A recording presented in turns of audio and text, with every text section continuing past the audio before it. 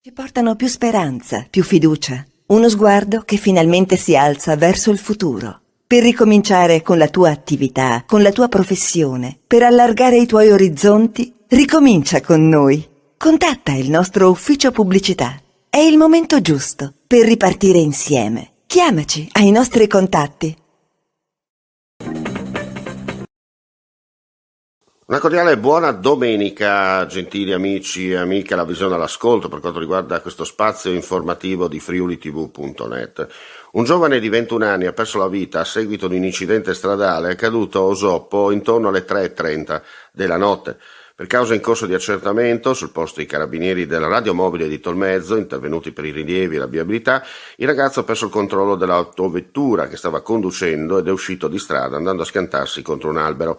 Sul posto l'equipaggio di un'ambulanza proveniente da Gemona e l'eliambulanza fatta atterrare nella piazzola di Osoppo. Purtroppo per la vittima non è rimasto altro che decretarne il decesso. Sul posto anche i vigili del fuoco per la messa in sicurezza del mezzo e la bonifica della sede stradale.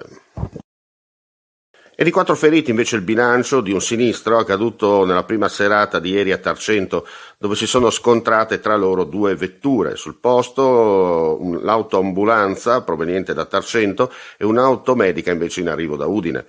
Una persona è rimasta ferita in maniera seria e ricoverata a Udine in codice giallo, le altre invece per fortuna non hanno riportato lesioni per trasferimento all'ospedale.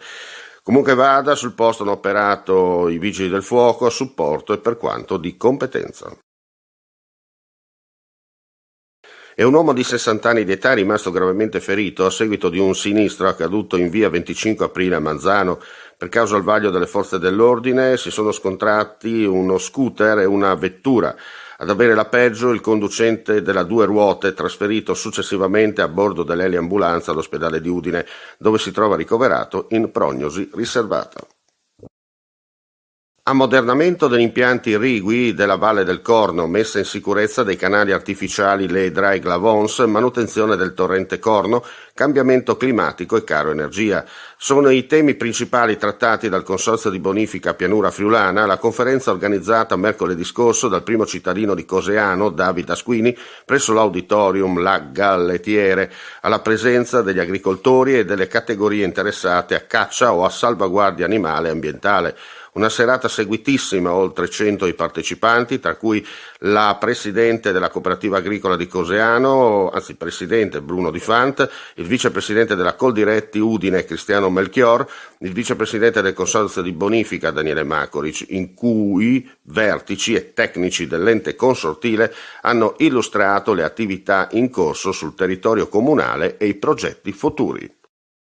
Chiudiamo qui questa edizione live domenicale, grazie come sempre per la visione all'ascolto e non resta che augurare a tutti voi un buon proseguimento di giornata, le ulteriori news come sempre sul nostro sito friulitv.net. Legno Interni, falegnameria dal 1946, rivenditore di porte a Udine, Gorizia e Trieste, porte blindate, pavimenti, serramenti, scale, arredi su misura, punto di riferimento nella qualità e nel design. La falegnameria opera nel campo dell'artigianato e mette a disposizione del cliente la sua conoscenza per offrire un prodotto all'avanguardia in grado di soddisfare anche i clienti più esigenti. Legno Interni, la tua casa su misura.